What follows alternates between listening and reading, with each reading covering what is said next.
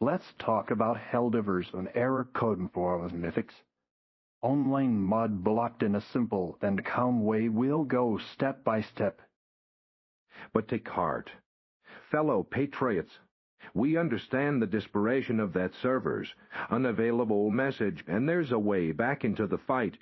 In this critical briefing, we'll walk through effective troubleshooting tips and proven solutions to help you vanquish error code noodlism, ensuring you can quickly rejoin your comrades and liberate the galaxy once more. First things first, let's verify if Super Earth servers are actually online. Sometimes the galaxy-wide war effort simply overloads the system, and it's not an issue on your end. Head over to the official Helldivers social media channels or their dedicated server status page. If the servers are down, unfortunately, you'll just have to wait patiently for the brave tech officers to restore order. Next up, the most tried and true method for almost any technical glitch: a full system restart.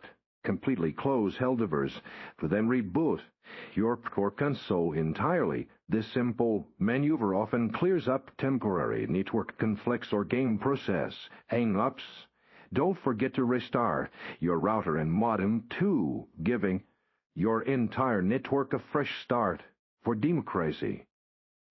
If a restart doesn't get you back into the fight that might be corrupted game files holding you back, for players, head to Steam, right-click Helldivers, go to Properties, then Local Files, and select Verify integrity of game files. This powerful tool will scan for any missing or damaged data and automatically repair it, ensuring your game is in pristine condition for deployment.